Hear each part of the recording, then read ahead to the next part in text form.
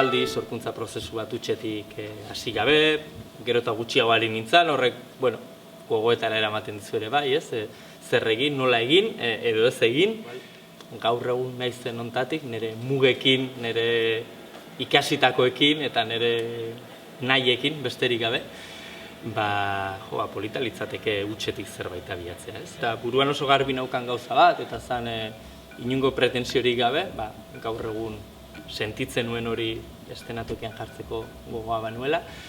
Barruko sortzaile batek, barruko estuasun eta momentu on horiek, nik uste dut gauean beste nolabait, beste modu batean asaltzen direla. Eta horregatik joan ginen gauera, eta gauetik joan ginen bakoitzaren etxera eta espazio intimo batera. Eta horregatik azkenean, hiru sortzaileen gaueko momentutxo bat erakutsi nahi gendun, eta etxe bat. Nahia zan, hasieran ikustea sortzaile bakoitza bere etxean egongo baliz bezala. Batak bestearen biolina entzuten du, besteak bestearen gitarra edo dana alakoa, ez? Ikusiko duguna prozesua bera da, ezta? Orduan, deskubritu dudana da, dantzak baduela jonen gorputzak eta gero arkaitzen musikak eta Mireillaren begirada hori, maitasun handiarekin dagoen begirada horrek, baduela sakontasun bat inoiz deskubritu ez nuena eta orain deskubritzen nahi nezena, ezta? Nik ze ekarri nezake, ez?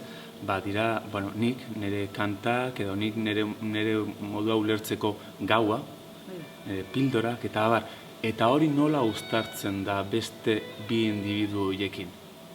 Hori da ikusleak deskubrituko duena ikusten duenean zera espektakuloa, ez da?